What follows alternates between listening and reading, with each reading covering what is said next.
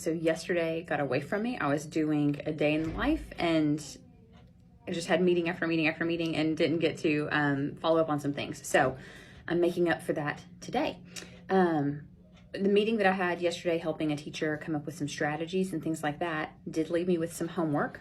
So I wanted to share what I'm going to do for that. So she's looking for strategies and how to, through working together, we discovered that it's about a new way to deliver content. So a way that's not just lecture or having students read passages on their own and that sort of thing, like looking to add a little excitement to it. So shared some ideas during the lesson, but then also, or during the meeting, but also part of my homework is I like to reference books that I have read and that I use.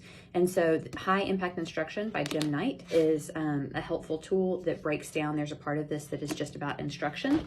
And then also possibly some opportunities for project-based learning. And so referring back to some ideas from Hacking Project-Based Learning. And so I'm going to pull out a few ideas from these books and be able to pass those along to this teacher as our work continues.